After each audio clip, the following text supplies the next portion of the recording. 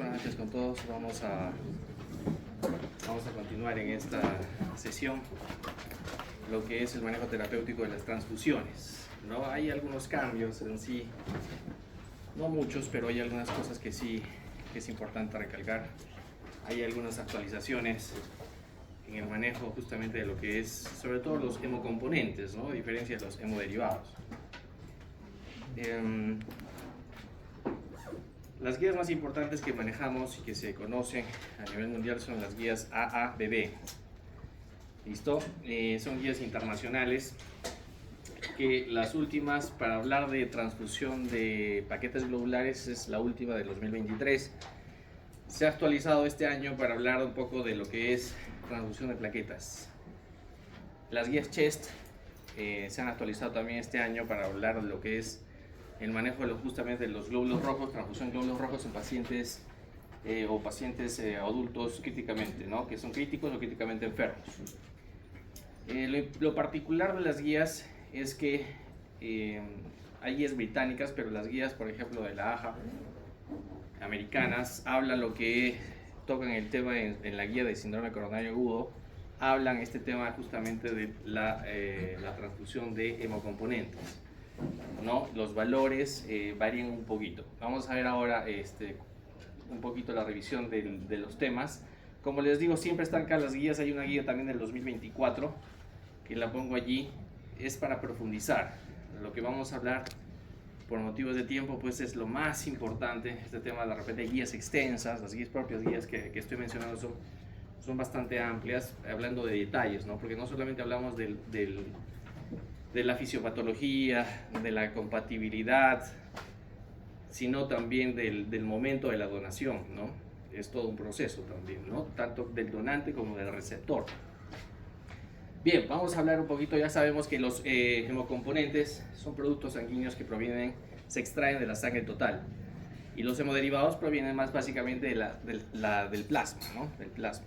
Entonces se obtienen como por ejemplo la albúmina, entre otros, ¿no? Pero es importante como los hemocomponentes diferenciar los glóbulos rojos, las plaquetas, entre ellos también el plasma, como plasma fresco congelado, y también lo que son los leucocitos, ¿no? También, ¿no?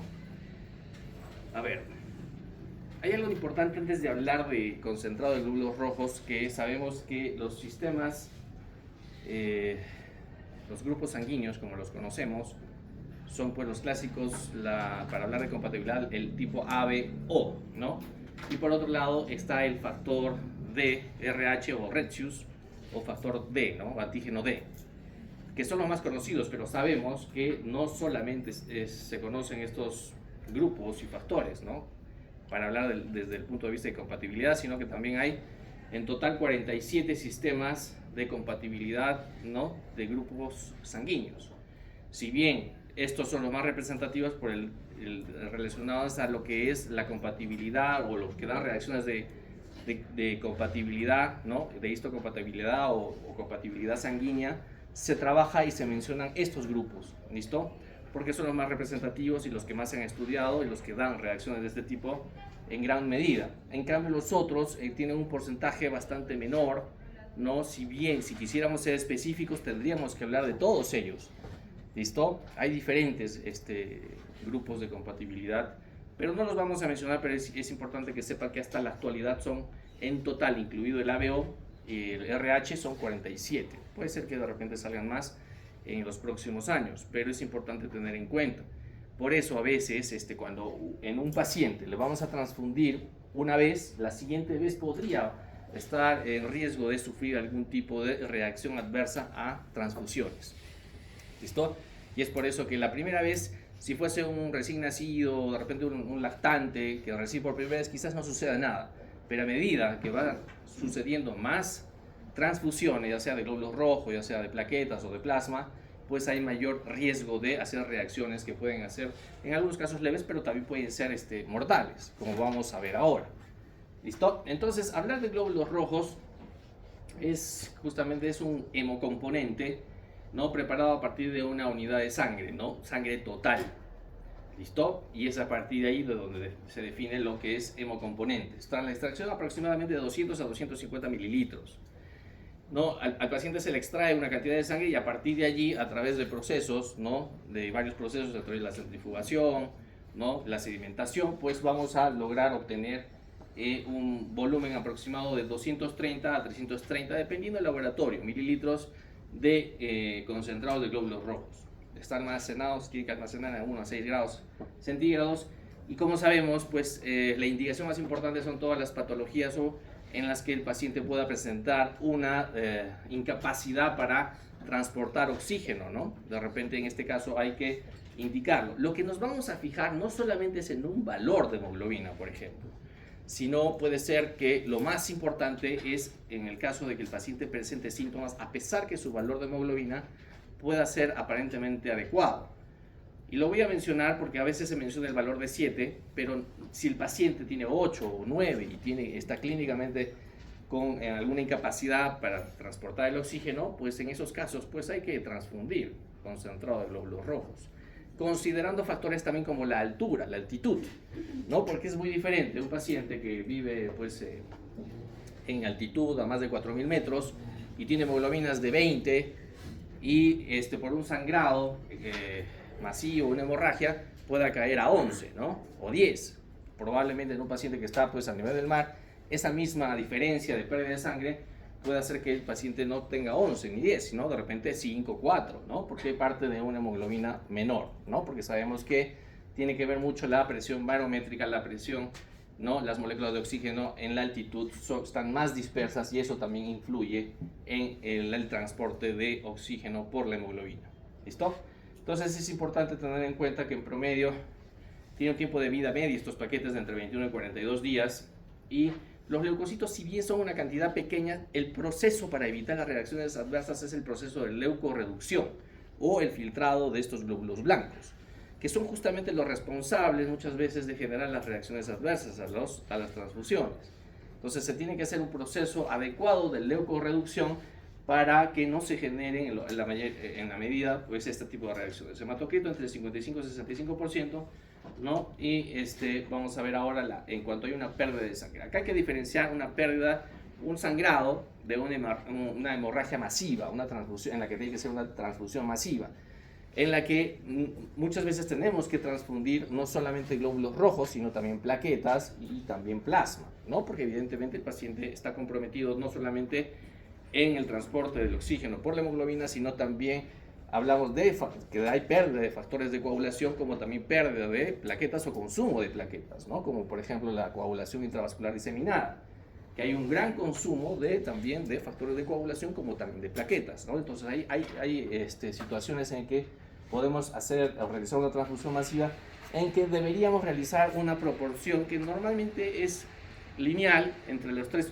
hemocomponentes, ¿no? Eritrocitos, plasma y plaquetas, pero que podemos aumentar el nivel de las plaquetas al doble en algunas situaciones, ¿no? Por eso la relación es de 1-1-1, pero que puede ir 1-1-2 en relación a las plaquetas, ¿no? Un poco más alto. Entonces hay que clasificar siempre el sangrado o la pérdida de sangre, la hemorragia, de acuerdo al volumen perdido y la clínica del paciente.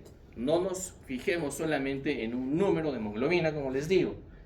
¿Listo? A pesar que el paciente puede tener alguna patología, por ejemplo, un infarto agudo de miocardio, una enfermedad pulmonar obstructiva crónica, una enfermedad cerebrovascular. Como les dije, hay que ver no solamente la hemoglobina, sino la clínica y otras constantes, ¿no? Como los signos vitales, las funciones vitales, la diuresis, la saturación venosa del oxígeno, el lactato, el exceso, déficit de bases, ¿no? Esto tiene un nivel de evidencia, ¿no? Hay que recordar que los pacientes tienen grados variables de adaptación a la anemia, pues es muy diferente una anemia aguda de una anemia crónica, ¿no? En la que probablemente el paciente presente más signos y síntomas en una anemia aguda, ¿no? Entonces es importante tener en cuenta eso, que hay que individualizar siempre.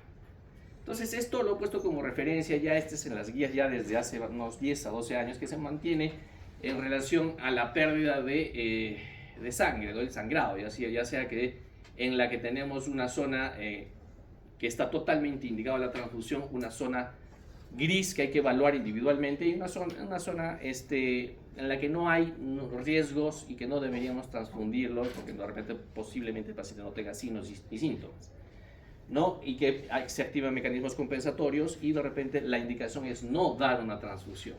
Entonces, aquí el objetivo es no transfundir por transfundir, porque por más que queramos transfundir, sí hay el riesgo de que puedan pasar la sangre a la que va a ser el donante, pasar algunos glóbulos blancos, leucocitos, que pueden generar algunas reacciones adversas, entre ellos también virus, bacterias, algunos anticuerpos. O sea, si bien se hace un proceso que se intenta hacerlo más al 100% adecuado, pero muchas veces no es así. Entonces, a mayor veces de transfusión, mayor riesgo de contagio de enfermedades, ¿no? Como vemos, no solamente bacterianas, sino también virales, ¿no? Entonces, en la zona indicada, pues hay una pérdida, una hemorragia en la que es mayor el 40% de la volemia. Puede haber, justamente como les digo, inestabilidad hemodinámica a pesar del valor de hemoglobina. Y aquí ya se menciona en esta revisión una hemoglobina menor a 7. Lo menciono porque es un preámbulo que todavía se maneja en pacientes críticos con ventilación mecánica, enfermedad estable. Quizás acá va a ser un poquito el cambio que ha surgido en los últimos años. Y menor a 8, ¿no? Que se maneja una zona gris que en el pérdida es del 30-40% de la volemia. Quizás la hemoglobina puede ser variable entre 6 y 10. Y en la zona que normalmente no está indicada, pues es una pérdida menor del 30% y en la que no hay clínica, ni signo ni síntomas de una pérdida de sangre. Normalmente eso sucede cuando la hemoglobina es mayor a 10. ¿Listo? Parto de este preámbulo porque es importante entender. Miren, acá las diferentes sociedades, ya para esta revisión del año pasado, 2024, ¿no? Tenemos que ya se hablaba casi en todos los escenarios en la que podía suceder alguna patología, como un shock séptico, un paciente con trauma, ¿no? Un paciente que tenga un sangrado agudo, un paciente que tenga una cirugía cardíaca. En general, el valor que se ha considerado es menor o igual a 7. ¿Listo? Esto desde el punto de vista de transfusión restrictiva, porque se ha hecho la comparación entre una transfusión restrictiva versus una transfusión liberal, ¿no? Quizás algunos es algo nuevo, de repente otros ya lo tienen más claro. No sé si alguien lo ha escuchado antes, a qué nos referimos con una transfusión restrictiva versus una transfusión liberal, que es justamente de donde parte el objetivo de estas diferentes guías, ¿no? Justamente a partir de allí, porque antes de hace algunos 15 años o 20 años, pues todo el mundo igual no se ponían de acuerdo y transfundían con hemoglobina de 11, de 12 y muchas veces repetidas, ¿no? Sobre todo los colegas cirujanos o traumatólogos querían operar con hemoglobinas mayor a 10, 12, 14, ¿no? Entonces, si no lograban ese objetivo, muchas veces se repetían las transfusiones, ¿no?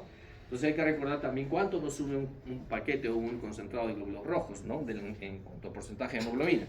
Eso también hay que tenerlo en cuenta. Pero en general ya se hablaba hasta estas revisiones, como verán, de las guías de la AST, las británicas, la ABB al 2023, ya el valor de corte de 7. Pero variaban en algunas patologías, como veremos allí, por ejemplo, una enfermedad cardíaca, ¿no? Ya se hablaban y había algunas variaciones, pero algunos ya coincidían en el valor, por ejemplo, de menor a 8 cuando había una patología cardíaca subyacente. ¿Listo? Quizás algunas variaciones con 7.5, la guía de la Cruz Roja también ponía en algunas variaciones con sangrado activo de 7 a 8, pero básicamente el valor en la mayoría de escenarios, salvo excepciones como vamos a aclarar ahora, es de 7. ¿Listo? Pero ojo, no olviden la clínica. ¿Ya? No olvidemos la clínica porque podemos tener por ahí un valor de 8 y el paciente tiene una manifestación. Ya sabemos que hay factores como la altitud que pueden influir.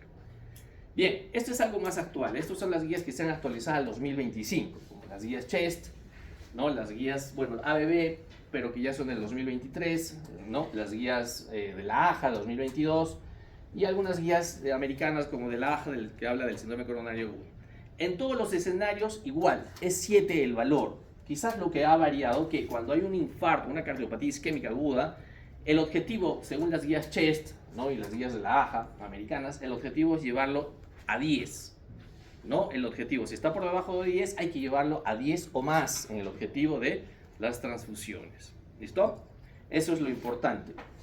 En pacientes escritos de la guía americana, considera un valor superior a 7, entre 7 y 8. ¿Listo? Eso es importante también en cuenta. O pacientes que van a ser sometidos a cirugías, quizás el valor, por ejemplo, en la cirugía cardíaca también el valor que se considera es superior a 7.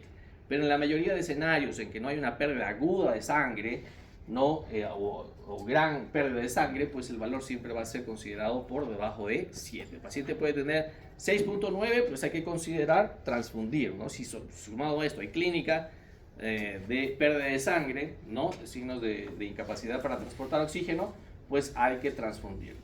¿Listo? Correctamente. Entonces les decía, ¿por qué se habla de transfusión restrictiva versus transfusión liberal?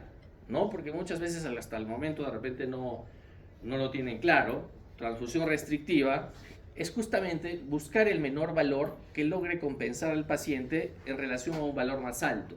Y las comparaciones son, por ejemplo, una comparación en varias revisiones es comparar el valor de hemoglobina de 7 como objetivo y otros valores de 9 o más. Por ejemplo, en un paciente con cualquier causa de anemia, ¿no? Por cualquier causa de anemia, se hacía la comparación. ¿Y cuál era la diferencia? En general, lo que no aumentaba el objetivo en relación a transfundir, no aumentaba en sí, no había diferencias en la mortalidad, el hecho de transfundir a 7 como objetivo o a 9, pero sí incidía en la mortalidad, eran las reacciones adversas que les menciono entre buscar dar más paquetes globulares, más cantidad de concentrados de sangre, mayor posibilidad de generar reacciones transfusionales. Y esto sí incidía en la mortalidad. Esto sí podía, no solamente por el hecho de las reacciones, sino también la contaminación bacteriana, viral, que se podía generar, ¿ya? Entonces eso es importante hacer la diferencia entre transfusión restrictiva y liberal. Otra cosa, es importante también, si yo tengo un valor de 6, yo quiero llevarlo a 7, no lo voy a transfundir por 3, 4 paquetes, simplemente con el objetivo de pasar de 7. Sabemos, y lo voy mencionando, si un paquete globular, un concentrado de glóbulos rojos me eleva 1 gramo por ciento de hemoglobina, pues solo le daré de 6 para 7 solamente un paquete o un concentrado de glóbulos rojos. No tendría por qué generar más riesgo dándole 2 o 3 paquetes. ¿Listo? Entonces, partiendo de allí, es importante tener claro esas bases para poder entender. Esta guía también, justamente es la guía la guía CHEST de este año, en la que si tenemos un paciente críticamente enfermo, un paciente crítico, y en la que vamos a considerar una transfusión de glóbulos o de paquetes globulares, o en general una transfusión sobre todo de paquetes globulares, hay que ver si tiene signos y síntomas de inestabilidad hemodinámica. Eso, como les dije, ante una presencia sobre todo de un sangrado agudo, ¿no? Si es que lo hay, pues hay que estabilizarlo. Siempre la pregunta que se hace, ¿qué hago? ¿Le transfundo inmediatamente? Lo ideal es primero transfundir, estabilizar a mi paciente, medidas de resucitación con cristaloides, ¿no? Vasopresores, e ir haciendo mi compatibilidades de grupo y factor, ¿no? Porque no puedo yo por el apuro o la premura de ver un paciente crítico transfundirlo a ciegas, no. Entonces podríamos más bien generar un problema que no va a fallecer el paciente por el sangrado, sino más bien por una reacción de incompatibilidad ABO o RH. Entonces, en este caso, si el sangrado ya está controlado, pues hay que considerar los objetivos de la transfusión buscando la compatibilidad previamente ABO o RH. ¿Listo? Ante, por ejemplo, pacientes que tenemos un shock séptico, un sangrado gastrointestinal, una cirugía postcardíaca, una elevación de las troponinas de forma aislada, o pacientes, en otros casos de pacientes críticamente enfermos, se buscará el objetivo, en estos casos, de 7 a 8, ¿no? Por si es que el valor está por debajo. Y si tenemos un paciente, y esto es lo que ya se ha reafirmado, que ya se mencionaba años atrás, que se dejó claro este año, es que ante un síndrome coronario agudo, según las guías de la AJA de este año, pues hay que buscar un valor mayor entre 9 y 10 como objetivo, ¿no? ¿Listo? Evidentemente porque sabemos que requerimos una mejor capacidad de transporte de oxígeno. Es por eso también. Ese es el objetivo en general que está justificado el transfundir a esos valores. ¿Listo? En otros casos, pues ya sabemos que no es así.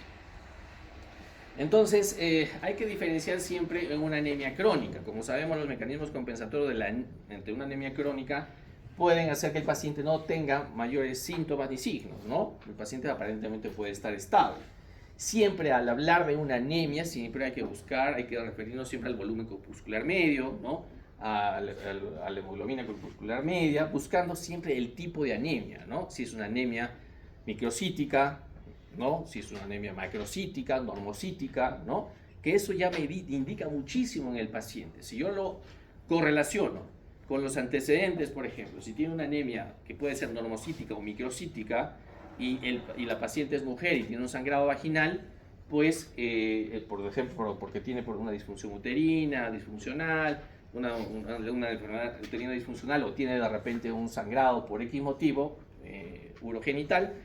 Entonces, en esos casos, yo tengo que darme cuenta si tiene una anemia normocítica, microcítica, porque probablemente eso me va a guiar en el diagnóstico, ¿no? Y confirmarlo. Hay que tener en cuenta que si yo no trato en estos casos la causa, pues de nada me sirve transfundirlo, ¿no? Yo tengo que tratar, si está sangrando de zona genital o urogenital, pues tendré que buscar y tratar la causa. Porque si muchos pacientes les van a pedir, doctor, creo que me debo transfundir, están con 8 o 9 y siguen sangrando de la parte urogenital, sobre todo mujeres, ¿no? En adultas mayores, sobre todo a veces, y si no hay una corrección de esto, pues de nada sirve por demás dar transfusiones, ¿no? Aumentando el riesgo de las transfusiones, sino también que en algunos casos se considera a veces dar hierro bioral o hierro parenteral, pero si no tratamos la causa, de nada me sirve transfundirlo o someterlo a mayores riesgos. ¿Listo? Siempre hay que buscar la causa para tratarla. Entonces, hay algunas, de acuerdo al tipo de anemia, ¿no? Si hay deficiencia de vitamina B12, como las anemias megaloblásticas, ¿no? Se puede considerar dar vitamina B12, por ejemplo, ¿no? En algunas que son carenciales, ¿no? Pacientes desnutridas o pacientes que están, muchas veces han perdido sangre y ya se corrige la causa, pues se puede dar en esos casos, si los valores no están por debajo de 7, pues darle hierro o de repente darle en algunos pacientes, por ejemplo, renales, eritropoyetina, ¿no? Como sabemos, hay una deficiencia, una resistencia a la eritropoyetina en pacientes renales. ¿Listo? En pacientes que tienen sobre todo enfermedad renal crónica. Entonces, en valores en anemia crónica, pues muchas veces se busca un valor mucho menor en el caso que sea una anemia aguda. Por ejemplo, puede ser que en un paciente que tenga una hemoglobina por debajo de 5, adulto, y en un paciente pediátrico por debajo de 7. Entonces, los valores pueden diferir si es anemia aguda o crónica. ¿Listo? En pacientes sépticos quizás no hay tanta evidencia, cada vez hay sí más evidencia, pero quizás hasta estas guías que ya son algunos 10 años que se utilizaban muchísimo, en pacientes sépticos no había una evidencia de transfundir eritrocitos para incrementar la oxigenación. Si bien el valor no dista mucho desde el punto de vista de transfusión restrictiva, pero es ligeramente mayor a buscar el objetivo de 7, sino buscar por encima de entre 7 y 8 de hemoglobina como objetivo. ¿Listo? Tenemos que buscar siempre pues las comorbilidades, ¿no? Como les dije, que nos puedan ayudar a mejorar el intercambio o mejor, el transporte de oxígeno por la hemoglobina. ¿Listo? Bien, esto es algo que también se habla y es importante tener en cuenta, la compatibilidad ABO, que muchas veces se ha sido preguntados en exámenes y muchas veces si no tenemos las pruebas de compatibilidad de forma inmediata, uno lo puede hacer con algunos valores, si es que el paciente tiene un grupo conocido, ¿no? Ya sea que sea AB o AB, ¿no? Y factor RH positivo o negativo, y también si conocemos el donante, qué grupo es, ¿no? Entonces creo que es importante saber, y esto ya lo deben conocer, que lo que genera finalmente es muy diferente hablar del paciente, ¿no? Que pueda ser cualquiera de estos grupos, o A, B, AB, que es el que genera, pues, tiene los anticuerpos en su sangre, ¿no? Y si es del tipo O, sabemos que este paciente, pues de tipo O, no tiene antígenos en la superficie del eritrocito, a diferencia de los demás que tienen antígenos en la superficie del eritrocito, antígenos de tipo A, antígenos de tipo B, antígenos de tipo AB, y ya sabemos que hablar del factor RH o antígeno D, factor Rhesus, pues sabemos que al hablar de antígeno D o RH positivo es que expresa el antígeno en la superficie, ¿no? Del glóbulo rojo desde el punto de vista RH como sistema de compatibilidad. ¿Listo? En cambio, el que es RH negativo no expresa antígeno en la superficie, porque el hecho que exprese un antígeno en la superficie del glóbulo rojo significa que no va a generar anticuerpos para sí mismo, ¿no? De ese antígeno, sino va a generar anticuerpos con lo que le falta o va a recibir de un donante, ¿no? Si, por ejemplo, si yo tengo un grupo A, este paciente con antígenos en la superficie de tipo A va a generar anticuerpos con lo que no tiene. No le va a hacer nada si recibe uno de tipo A, un donante con sangre de tipo A, ¿no? Porque solamente va a recibir concentrado de glóbulos rojos, no va a recibir plasma que tiene los anticuerpos. En este caso, si yo le doy de tipo A, no va a suceder nada, ¿no? Va a ser compatible, porque es un mismo grupo, porque no va a generar anticuerpos para sí mismo un grupo que ya lo tiene, sino para lo que le falta. Si tuviese un grupo O, evidentemente, ya sabemos que el grupo O, como tal, y así quien se acuerda, simplemente al ser un cero no tiene antígenos en la superficie. Por eso también no va a haber, al ser un tipo A y va a generar anticuerpos, no va a reaccionar con la clásica reacción antígeno-anticuerpo, si fuese un grupo O. ¿Listo? Y de igual manera con el grupo B y de igual manera con el AB, ¿no? Que puede ser el mismo grupo, pero en este caso, como ya sabemos que uno no puede generarse anticuerpos para contra sí, los antígenos que tiene, pues no le va a hacer ningún problema, va a ser compatible el tipo AB, el tipo A, el tipo B y el O porque no tiene antígenos. ¿Listo? Espero que quede claro eso porque eso es importante tener en cuenta. ¿Listo? Simplemente el que genera los anticuerpos sabemos que es el receptor en este caso. Y lo que expresa los antígenos son todos los grupos AB, ¿no? Pero menos el O que no tiene antígenos en la superficie. ¿Ya? Ya dijimos del tipo positivo, antígeno RH positivo, es porque también tiene antígenos en la superficie, ¿no? Todos estos O, A, B, AB van a generar anticuerpos de tipo IgM, ¿no? De acción inmediata. En cambio, los de tipo de factor RH son inmunoglobulina tipo IgG, ¿no? Sobre ellos, evidentemente, sabemos que pasa la barrera placentaria. Y eso es justamente lo que se habla en esos casos de eritroblastosis fetal. Cuando hay exposición de un RH negativo, le damos un positivo y se sensibiliza para una posterior reacción de este tipo inmunológica que hay que evitar, ¿no? Bien, esto por un lado. Entonces, ya sabemos que una unidad de glóbulos rojos es aproximadamente entre 200 y 250 mililitros, aumenta el hematocrito en 3% y la hemoglobina en 1 gramo por decilitro o por ciento en una persona promedio de 70 kilos. ¿Listo? Entonces, siempre cuando hacemos la corrección, o mejor dicho, hacemos la búsqueda, el objetivo de cuánto voy a transfundir para llevar a 1 gramo de hemoglobina, ya sabemos que hay una regla, ¿no?, de proporción que 4 mililitros por kilo de peso del paciente va a aumentar 1 gramo por decilitro la hemoglobina y hasta un 3% el hematocrito. ¿Listo? Eso hay que tenerlo en cuenta, que es quizás lo que más se transfunde son los concentrados o paquetes globulares, ¿no? Esto en el caso que el paciente no está sangrando o embolizando. ¿Listo? En una situación no dinámica. Bien, por otro lado, el plasma fresco congelado. Evidentemente, como su nombre lo dice, es plasma sometido a bajas temperaturas en un volumen de 200 a 250 mililitros. No se obtiene, evidentemente, es un hemocomponente, se obtiene a partir de sangre total y hay que, una vez separado, ¿no?, por centrifugación, precipitación, hay que mantenerlo a una temperatura menor o igual a 30 grados centígrados para preservar los factores lábiles de la coagulación. Una vez que yo pido plasma fresco congelado, debo transfundirlo dentro de 4 horas, porque a partir de las 4 horas en adelante hay riesgo de contaminación bacteriana y que los factores de coagulación se desnaturalicen y no logramos el objetivo de utilizar estos factores, por ejemplo, para evitar o contener una hemorragia, ¿no?, un sangrado.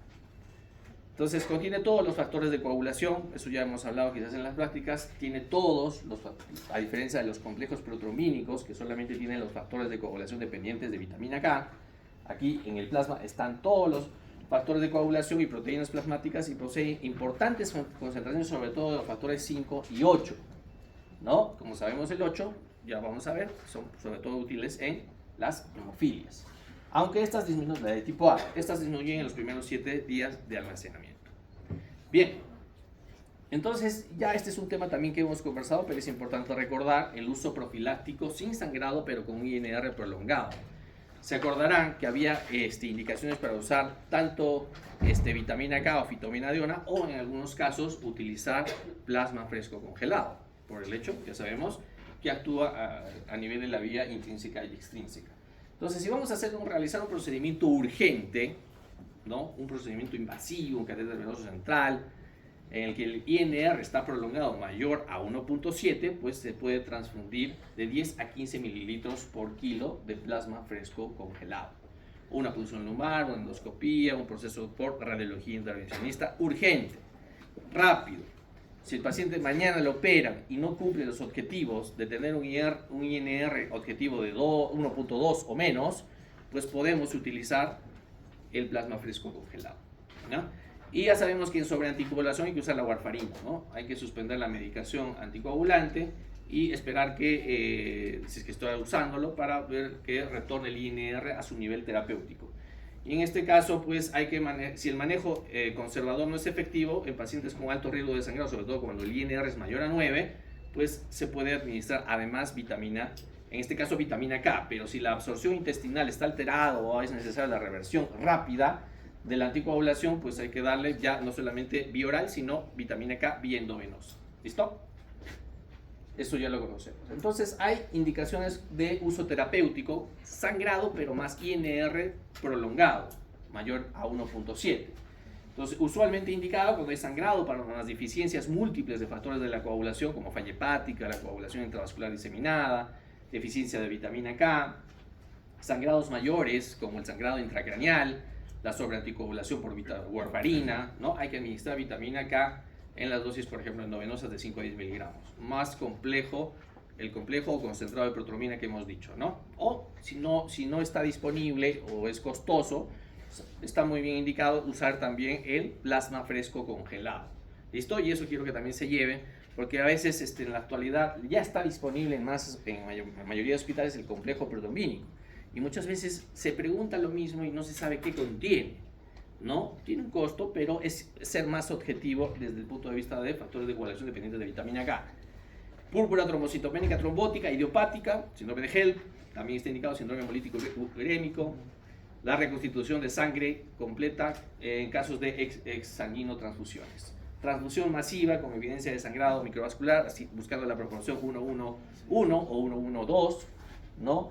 Y hay situaciones en las que no está indicada, pues, ¿no? Tiempos de coagulación prolongados sin sangrado activo, ni procedimiento invasivo urgente, reemplazo y expansión de volumen con propósitos nutricionales, si cuenta con factores específicos de la coagulación, ¿no? Si los cuenta, en fin, vitamina congénita de inmunoglobulina A. En otras circunstancias un poco más raras. Entonces, aquí es lo inverso a lo que sucede con la compatibilidad del grupo A, B, O, ¿no? Que ya simplemente es recordar, porque creo que ya lo han revisado, cuando han rotado, yo creo que por hematología, ¿no? Sí rotan, ¿no? Entonces, ¿o no? Bueno, entonces, a diferencia de que si el receptor era de estos grupos, en este caso lo que vamos a transfundir es plasma. ¿Y qué contiene el plasma? Anticuerpos, ¿no? Entonces, acá ya sabemos que el oro tiene antígenos, entonces acá tendrá antígenos de tipo A, tipo B, tipo AB. Entonces acá más bien a la inversa, ¿no? Se va a dar que en este caso, si es del mismo grupo, el donante con el plasma que va a tener anticuerpos no le va a hacer nada. Acá también AB no va a hacer nada porque el A con el A no pasa nada, ¿no? Pero el B, como este no tiene B y no tiene antígenos, no va a haber problemas darle AB a un paciente con A. De igual forma en B, de igual forma en AB. Me olvidaba algo importante. Al hablar de compatibilidad, eso lo tengo que declarar y dejar muy claro porque siempre se olvidan a veces y ha sido hasta pregunta de examen. Aquí, al hablar que este paciente no tiene antígenos en la superficie del glóbulo rojo, ¿no? Entonces, se le puede, como no tiene antígenos, un paciente, la sangre que yo voy a darle, no quiero hablar de un paciente receptor, de sangre que vamos a transfundir. Al no tener antígenos, la sangre que voy a transfundir, el donante va a ser un donante universal. ¿Listo? Porque el donante va a tener sangre de tipo O sin antígenos y el que lo recepcione, el receptor, evidentemente no va a reaccionar en la reacción antígeno-anticuerpo. ¿Sí? Entonces eso que quede claro. De igual forma, el O, y hablando desde del antígeno D, estoy hablando de la compatibilidad ABO-RH, de igual manera, si es de tipo positivo, con positivo no pasa nada, ¿no? Cuando tienen el antígeno y asimismo no va a generar anticuerpos. Y como una segunda opción se puede dar el negativo, porque el negativo, el RH negativo, significa que no expresa antígenos en la superficie del glóbulo rojo desde el punto de vista RH. En cambio, si es antígeno RH negativo, no tiene antígenos, puede recibir el mismo grupo, no pasa nada, pero hay que tener en cuenta si no tengo otra opción y no tengo, como sabemos, el grupo O RH negativo es escaso, o los RH de por sí ya son escasos, podemos dar un RH positivo con con el cuidado porque puede haber ya estado expuesto previamente, o si no es la primera vez, va a haber una sensibilización previa y posiblemente a futuro se pueden presentar reacciones de sensibilización, ¿no? Lo que pasa muchas veces con lo que hablamos en gestantes, como es la eritroblastosis fetal. Ya, esto me olvidaba, y aquí, por lo tanto, el grupo, que ya sabemos que el donante universal es el el O negativo, el receptor universal será el AB. AB, ¿positivo o negativo? Positivo, ¿no?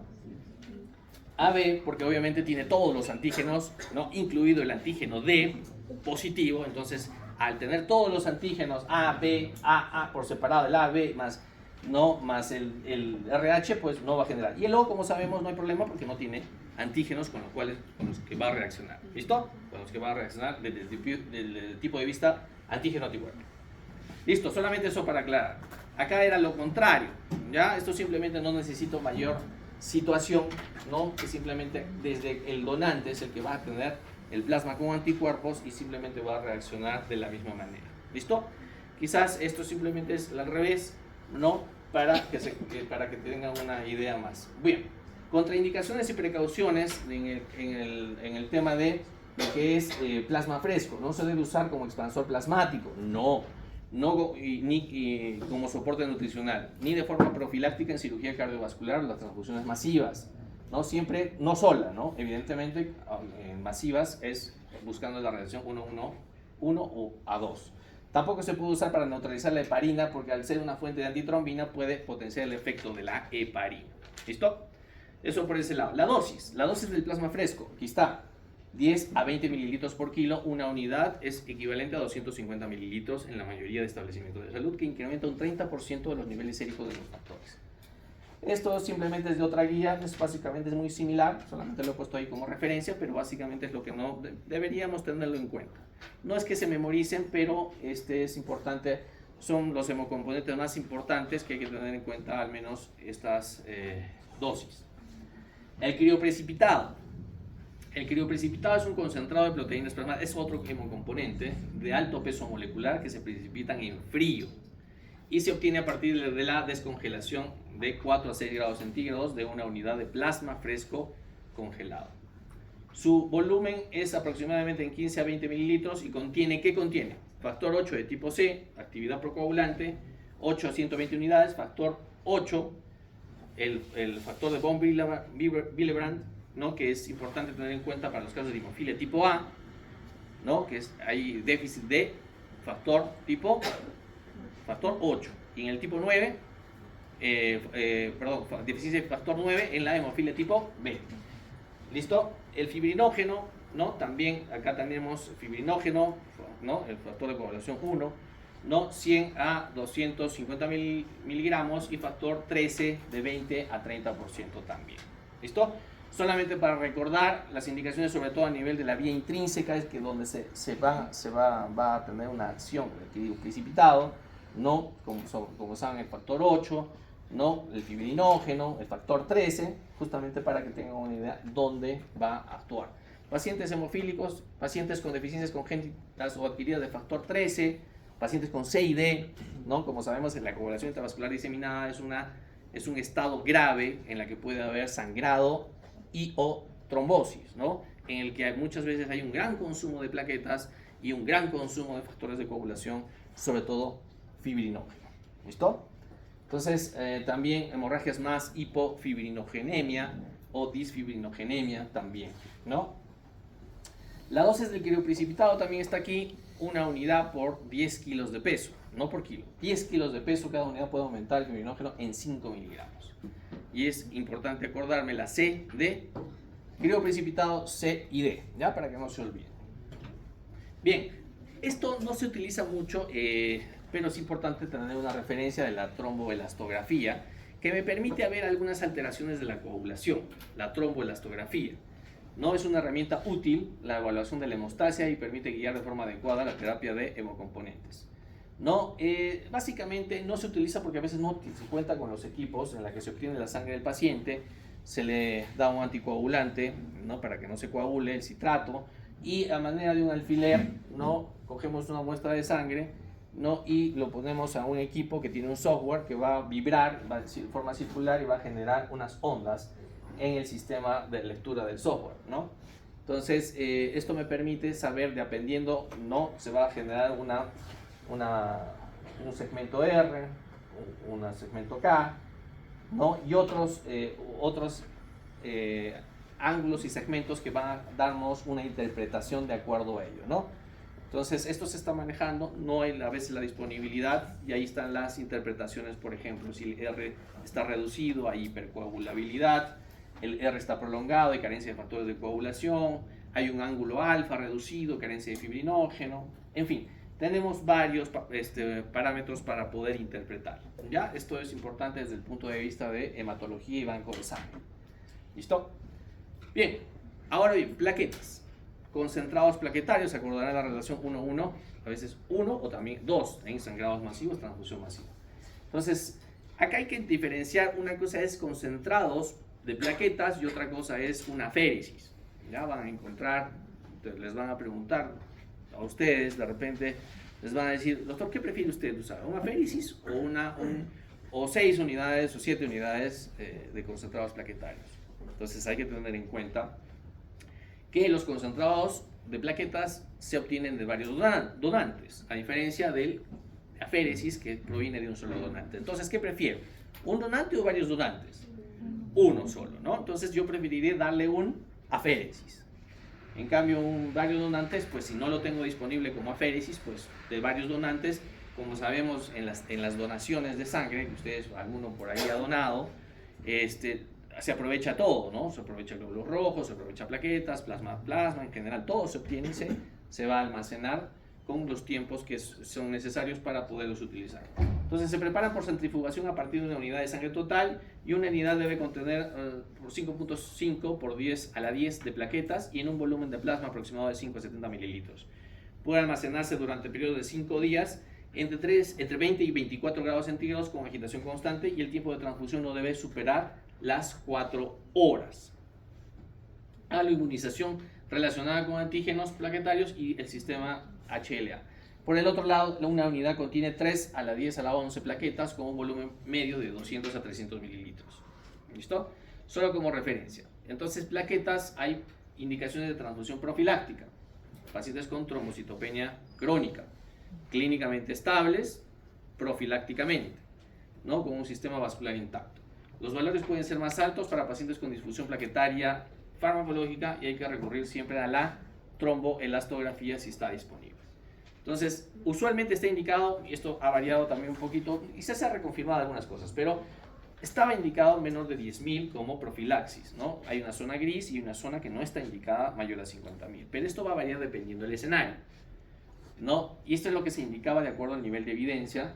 Por ejemplo, indicación profiláctica de plaquetas en leucemias, cuando es menor de 20.000, leucemias agudas, ¿no? Leucemias, por ejemplo, las que no sean leucemia promielocítica aguda, las leucemias promielocíticas agudas también, igual 5.000, miren, con las leucemias agudas, pero que no sean las promielocíticas, 5.000 o menos. Las aplasias medulares o mielodisplasias, 10.000, ¿no? Trasplantes alogénicos de médula ósea, 10.000. En fin, cáncer de vejiga u otros tumores necróticos, 20.000. Bueno, ahorita vamos a aclarar un poco ese tema también con alguna actualización que es importante tener en cuenta. Pacientes con trombocitopenia y sangrado activo, o que serán sometidos a intervenciones quirúrgicas con fusión plaquetaria normal, hay que darlo de forma terapéutica, ¿no? Porque igualmente este paciente va a ser sometido a una cirugía. Los valores pueden ser más altos para pacientes con disfunción plaquetaria, y siempre, si está disponible, y les he dicho, recurrir a este software con la tromboelastografía. Acá está indicada sobre todo cuando es menor de 50.000 a 100.000, zona gris, ¿no? Con riesgo de sangrado mayor, y usualmente no indicada mayor de 100.000.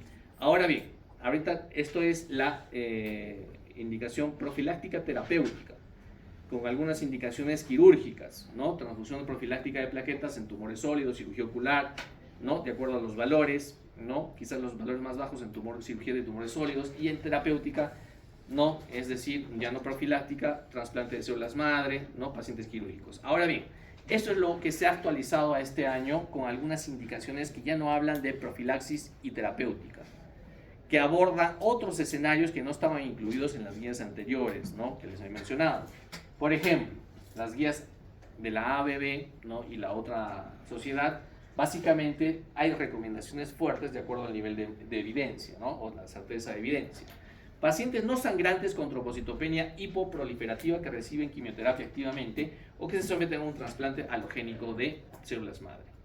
Esta es una recomendación fuerte en el que el valor de plaquetas tiene que ser por debajo de 10.000. 10.000 por 10, perdón, 10 a la 3, ¿no? Recién nacidos prematuros sin hemorragia mayor también.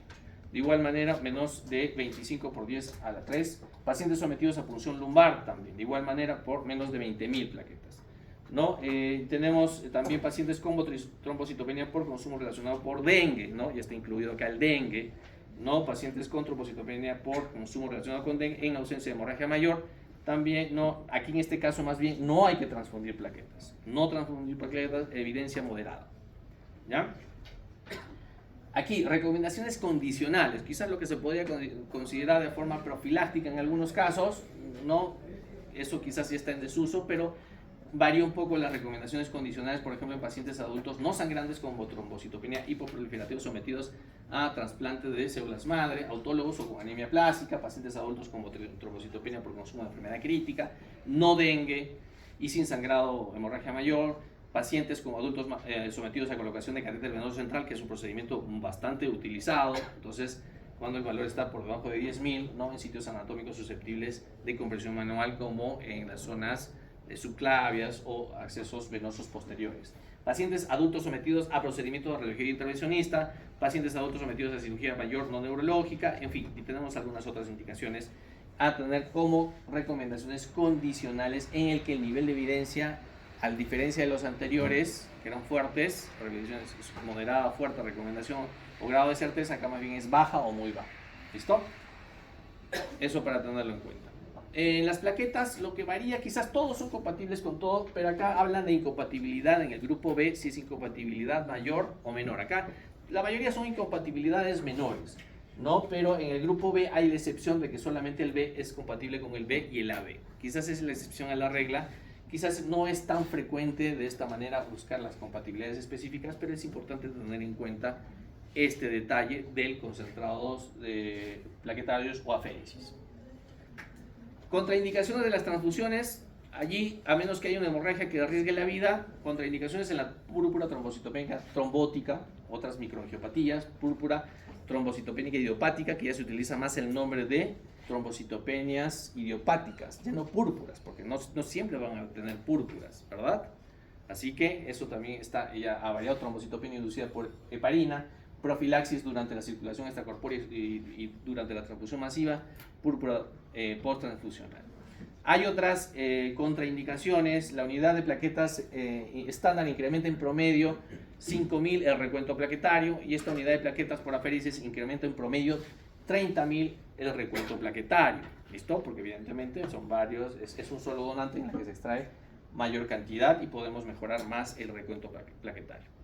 Bien, a ver, hay un pool de plaquetas que es de 0.1 unidad por kilo de peso, que aumenta el número de plaquetas en 5.000 a 10.000. No se utiliza mucho como pool de plaquetas, ¿no? No, a veces no está disponible, en algunos laboratorios sí. Lo que más tenemos es aféresis plaquetario, ¿no? Como sabemos, una unidad puede incrementar un recuento de 30.000 a 60.000 plaquetas. Un aumento de número de plaquetas de 1 hora después de la transfusión, y la transfusión no debe durar más de 4 horas, ¿no? Por las mismas razones, ¿no? Riesgo de desnaturalización y contaminación. La dosis, 1 unidad por cada 10 kilos de peso de paciente. 4 a 6 unidades aumentan aproximadamente 20.000 plaquetas. Esto desde el punto de vista de unidades o concentrados plaquetarios, no aféresis. ¿Listo? Igual, otra revisión lo ponemos allá abajo. Ahora bien, y ya para terminar, las reacciones o efectos adversos a la transfusión, que es importante reconocerlos, porque muchas veces ustedes van a estar llevando, ustedes mismos van a recoger los concentrados plaquetarios o van a recoger los glóbulos rojos, y entonces tienen que saber reconocer los tiempos y cómo se presentan las diferentes reacciones adversas. Por ejemplo, hay fenómenos justamente infecciosos o inmunológicos en estas reacciones adversas a la transfusión. Hay una reacción transfusional hemolítica aguda que puede ser fatal. ¿Listo? justamente por anticuerpos preformados. Creo que había un corte.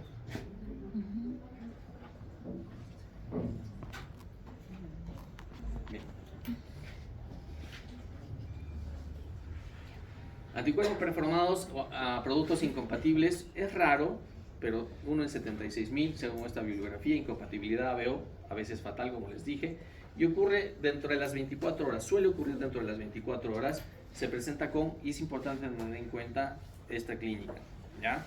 Que es hecho justamente el resumen de las diferentes bibliografías que se presenta con fiebre, escalofríos, hay hipotensión arterial, hemoglobinuria, enfermedad renal, dolor de espalda, coagulación intravascular diseminada, ¿no? Como un estado grave. Mantener una vía aérea y con cristaloides, salina normal, o puede ser también la tatorringia. Mantenga la producción de orina en la diuresis no mayor a 1 mililitro kilo hora y vasopresores titulables. Y tratar, si es que estamos ante una CID, le daremos, ¿qué vamos a darle? Frío precipitado, ¿no? Podemos tener desmacitos en el diagnóstico en las reacciones transfusionales hemolíticas agudas al microscopio electrónico también, en este caso, que no son tan frecuentes. Ahorita vamos a ver la estadística. La reacción hemolítica transfusional retardada, no es una respuesta inmune retardada al antígeno de glóbulos rojos incompatible. Puede presentarse más bien acá, al igual que tenía fiebre, ¿no? En un tiempo posterior, después de las 24 horas, acá da tiempo a que se manifieste con una ictericia, ¿no? Caída de la hemoglobina, detección de anticuerpos, ¿no? Positivos en el banco de sangre, e identificar el anticuerpo que está comprometido en el banco de sangre. Hay que transfundir, como más que nada como prevención, concentrado glóbulos rojos compatibles, ¿no? Desde el punto de vista de prevención, porque muchas veces en estos casos más bien hay que compensar hemodinámicamente a mi paciente, ¿no? Y para una siguiente transfusión más bien hay que tener. ¿Cuál es el problema mayor de todos estos efectos adversos? Ustedes dirán, ¿por qué mala suerte tiene el paciente? El factor humano es el problema, que muchas veces en sacarle las muestras se confunden, etiquetan de otra manera. El laboratorio a veces trae otra sangre o concentrado que no corresponde con otro grupo o factor, ¿no? O que ya pasó mucho tiempo, o, en fin, pueden suceder muchas cosas. El problema es el factor humano, el que genera la mayoría de estos efectos adversos de la transfusión, ¿ya? Si bien hay mayor riesgo a medida que se transfunde en un paciente, pero también el factor humano es lo que más se presenta a la hora de, hace poco en el hospital, justamente, el laboratorio, supongo que se fijó le arrojó un último control de grupo sanguíneo, él era A positivo y le salió, me parece, él era A negativo y le salió un AB positivo o algo así. Entonces finalmente prepararon en base al error que se había fijado y le transfundieron, ¿no? Entonces ahí hay que tener cuidado, hay un error simplemente desde que se procesó el grupo sanguíneo, ¿no? En una segunda vez, porque ya lo tenía anteriormente. Efectos adversos de la transfusión, también fiebre, pero sin reacción transfusional debido a anticuerpos antileucocitarios. Ya les he dicho que es importante la leucorreducción o filtrado de ellos. Riesgo minimizado justamente con la leucorreducción y aumenta la temperatura mayor a 1 grado centígrado de temperatura dentro de las 4 horas posteriores a la transfusión sin otra explicación, ¿no? Simplemente hay fiebre, ¿no? Y se puede simplemente dar medicación o premedicación con paracetamol, ¿no? Simplemente hay fiebre. A diferencia, por ejemplo, y muchas de estas se pueden confundir. Por ejemplo, reacciones urticariales alérgicas que se dan 1 a 3%, como vemos, muchas veces se van a presentar, ¿no? Con anticuerpos a proteínas plasmáticas del donante, prurito, vemos ahí una urticaria, ¿no? Puede haber sibilantes, ¿no? Sin llegar a un shock o una anafilaxia, ¿no? Simplemente es una urticaria y hay que detener la transfusión. Siempre que veamos, y por eso hay un formato, una hoja de transfusión, que hay que hacer un control al inicio de la transfusión y durante la transfusión y al final de la transfusión. Entonces se va controlando funciones vitales. Si se presenta alguna reacción, pues si se presenta, se detiene la transfusión y se le puede dar antihistamínicos, ¿no? Y ver si es que es posible reanudarla o de repente ya no, buscando la causa probable, ¿no? Ver si corresponde su grupo y factor. Reacciones o anafilaxias o reacciones anafilácticas, ¿no? Causado justamente con anticuerpos contra proteínas plasmáticas del donante, hipotensión arterial, ya hay broncoespasmo, angioedema, hay acompañado de ansiedad, hay que darle pues epinefrina, adrenalina, ¿no? Intramuscular como ya conocemos, antihistamínicos como coadyuvantes y corticosteroides como tercera línea, que ya también sabemos eso. Ahora bien, este es el famoso TRALI o lesión pulmonar relacionada a la transfusión. Ustedes de repente ya han escuchado cuando hablamos de un TRALI, ¿no? La relación, bueno, la frecuencia es 1 en 10.000, ¿no? Anticuerpos HLA o neutrófilos preformados, ¿no? Este es un caso típico de edema pulmonar, edema agudo de pulmón. Sobre todo es bilateral, con hipoxemia, con hipotensión arterial, no responde a fluidos, hay leucopenia transitoria, hay fiebre dentro de las próximas horas de la transfusión, puede ser fatal hasta un 10 al 20%. Miren, si bien no se da con frecuencia, pero lo que se hace conocer a esta patología como reacción adversa es la mortalidad que puede generar. Cuidado de apoyo, ¿no? Evidentemente ya hay que ver hacia el futuro, ¿no? Hay que ver los donantes que pueden estar implicados. ¿Listo? Entonces, para que no se olvide. Y ya para terminar, la enfermedad de injerto contra huésped asociado a transfusión es rara, pero casi siempre es fatal. Esto es todavía es más rara, pero también es terriblemente fatal. Hay parasitopenia, erupciones, es florida, ¿no? Hay diarrea, hepatitis. O sea, aparece entre 1 y 4 semanas después de la transfusión. Y el tratamiento pues, es corticoides, inmunosupresores, ciclosporina, mayormente se usa trasplante de médula ósea. Y esto es lo muy similar en el diagnóstico diferencial del TRALI, el traco, ¿no? Que es básicamente la sobrecarga circulatoria asociada a las transfusiones. 1% de las transfusiones, pero acá debe haber algún antecedente de sobrecarga de volumen. Por ejemplo, pacientes renales, pacientes con falla cardíaca, ¿no? Que van a aparecer con disnea, ¿no? Ortopnea, 3 a 6 horas después de la transfusión, ¿no? Puede ser asociado con el ProBNP, debido a que pueden tener falla cardíaca, la presión venosa central elevada, pueden tener el antecedente de insuficiencia cardíaca, hay que indagar en ese tema, ¿no? El balance hídrico positivo, edema pulmonar, la radiografía de tórax, muy similar a lo que es el paciente con TRALI. Cuidado. ¿Cuáles son los factores de riesgo? Disfunción cardíaca, renal, sexo femenino, adultos mayores que no toleran pues, la sobrecarga hídrica, anemia grave con expansión de volumen, balance de positivo de líquidos, transfusión de múltiples productos de gran volumen e infusión rápida. Sobre todo es dependiente a veces de la velocidad de infusión, ¿no? Esto se puede prevenir a veces con una velocidad, ¿no? Más lenta en la infusión.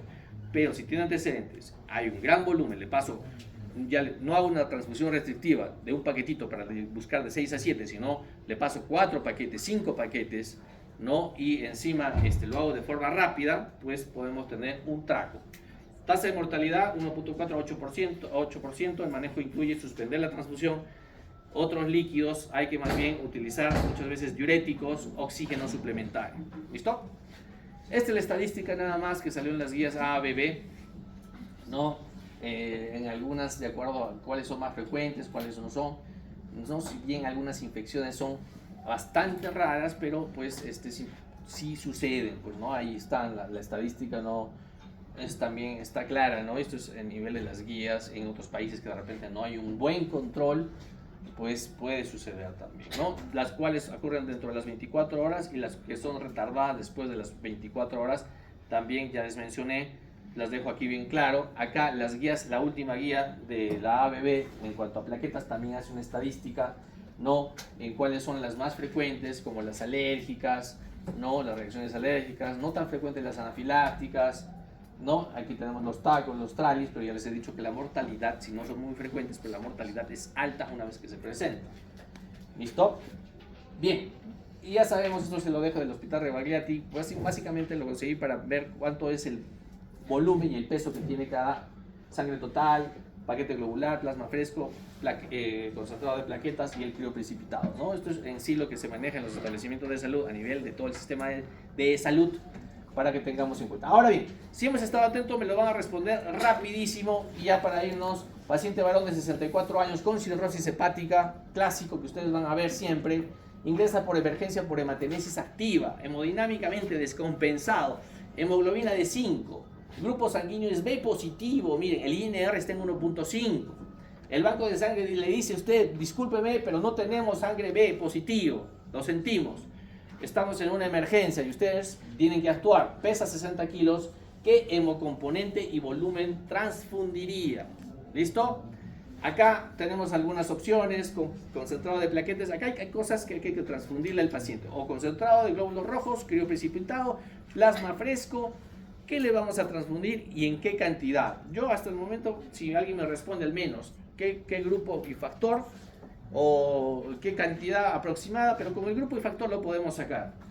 Porque la cantidad ya es algo complementario, que es simplemente un poquito de memoria, pero les voy a pedir simplemente por el grupo y factor lo pueden sacar. Es una pregunta que se ha repetido muchas veces de formas similares y que es importante tener en cuenta.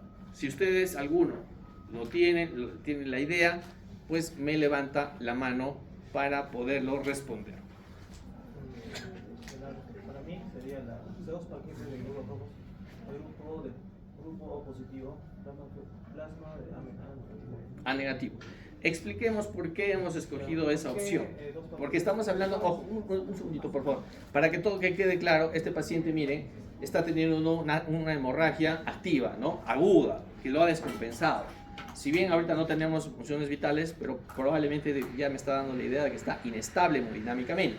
Y es grupo B positivo y el INR está 1.5. El INR está normal, está alto. Porque si no tenemos claro eso, pues lo vamos a transfundir innecesariamente, porque estamos justamente tratando de evitar. ¿La hemoglobina y el INR están en rango para transfundir, sí o no? ¿O cuál sí y cuál no? La hemoglobina está baja. ¿Baja cuánto? O sea, por debajo de 7. Ok. ¿Y el INR está normal o está alto o está bajo?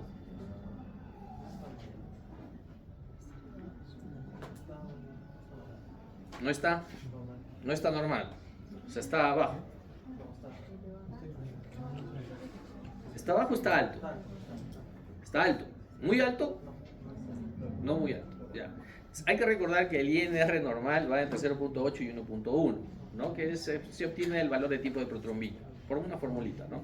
Pero básicamente está ya, y vamos hasta el momento que quede claro si hay algo que ustedes no están de acuerdo, lo vamos a replicar.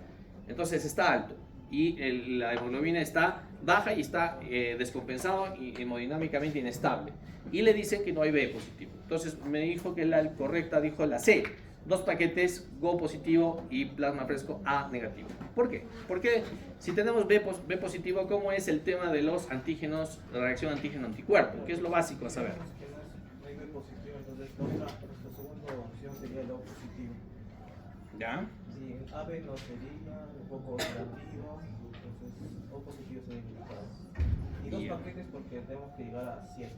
Ya, correcto, a 7. De 5, ya sabes que por cada paquete, no, son 2 paquetes, 1 gramo por decilitro, 7, correcto.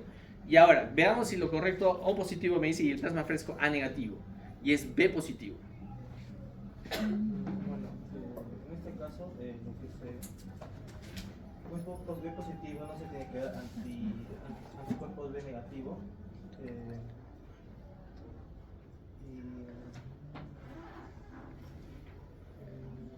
Vamos a ver, ¿no? ¿Estaba levantando la mano? Sí. Ya, a ver, vamos a ver si es que es. Porque ¿por qué le damos B positivo de plasma? Ya podríamos quizás considerar el O, pero ¿qué pasó con el plasma? El A, ¿está correcto? Sí. ¿Pero por qué? ¿Cuál es la razón? O sea, eso queremos saber.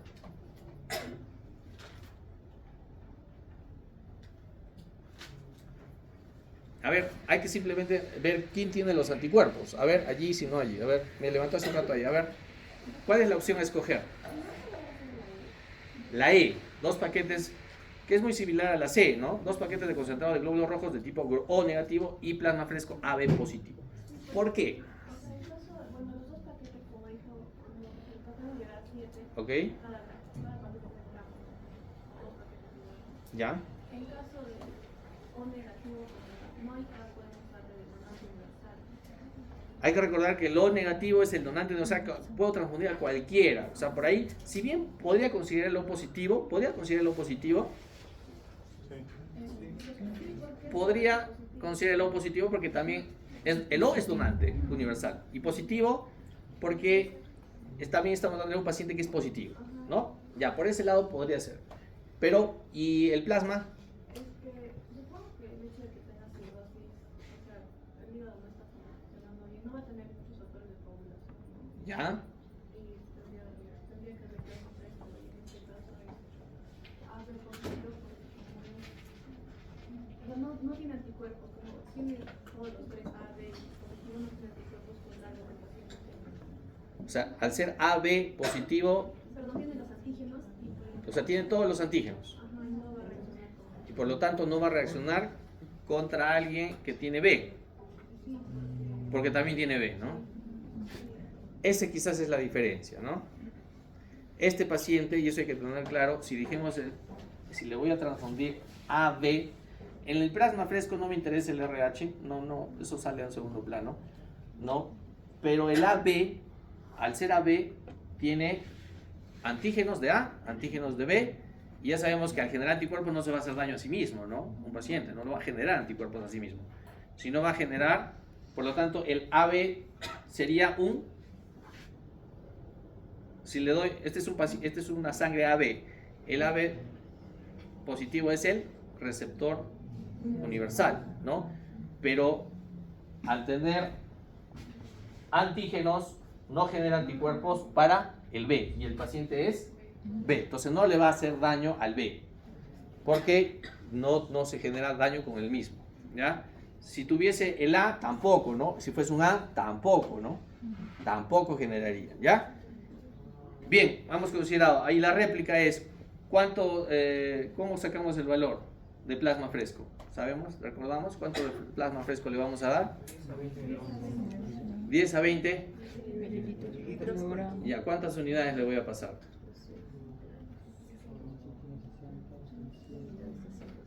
Ya para reivindicarse, ¿no? ¿Cuántas?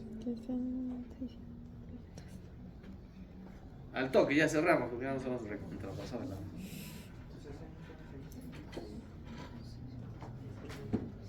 ¿Cuántas? 1200. ¿Y cuántas viene en la unidad? Ya, más o menos. Correcto. 4.8, 4. Ya, 5 unidades. Y simplemente acá, bueno, era hemoglobina de 5, ¿no? Es los dos paquetes para llegar a 7, 230. Y aquí más bien el plasma fresco era 1200, ¿no? Porque es 10 a 20 mililitros por kilo. Hemos considerado 20, 1200 entre 250, que es cada unidad, sale 4.8. Entonces a este paciente le vamos a administrar 5 unidades de plasma fresco. ¿Dentro de cuánto tiempo? Rápido, ¿no? O sea, hay que pasarlo rápido, ¿no? Dentro de 4 horas también, pero rápido. Listo, quedamos ahí. Gracias a ustedes. Que no se olviden esto, por favor.